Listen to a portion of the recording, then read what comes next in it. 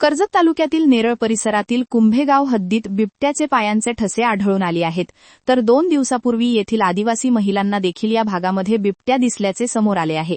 वनविभागाकडून या परिसराची पाहणी करण्यात आली असून नागरिकांना सावधान राहण्याचे आवाहन करण्यात आले आहे. कुंभेगावात नेरळ ग्रामपंचायतीचे माजी सरपंच अंकुश शेळके यांचे फार्म हाऊस आहे.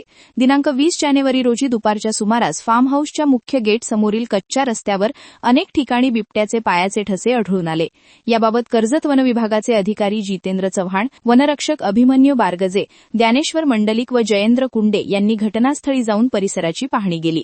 यावेळी जंगली प्राण्याचे पायाचे ठसे हे बिबट्याचे असल्याचे सिद्ध झाले आहे.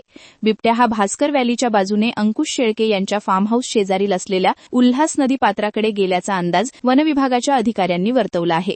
येथील नागरिकांना सावध राहण्याचे आवाहन करण्यात आले आहे. तसेच रात्रीचे सुमारास घराबाहेर लहान मुलांना पाठवू नये, एकटे घराबाहेर पडू नये.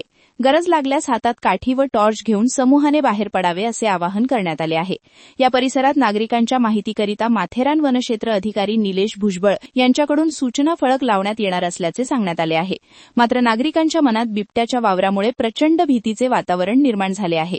नवी मुंबई व रायगड जिल्ह्यातील ताज्या बातम्या आणि घडामोडींसाठी सबस्क्राईब करा वादळवारा लाईव्ह चॅनल आणि दाबा बेल आयकॉन.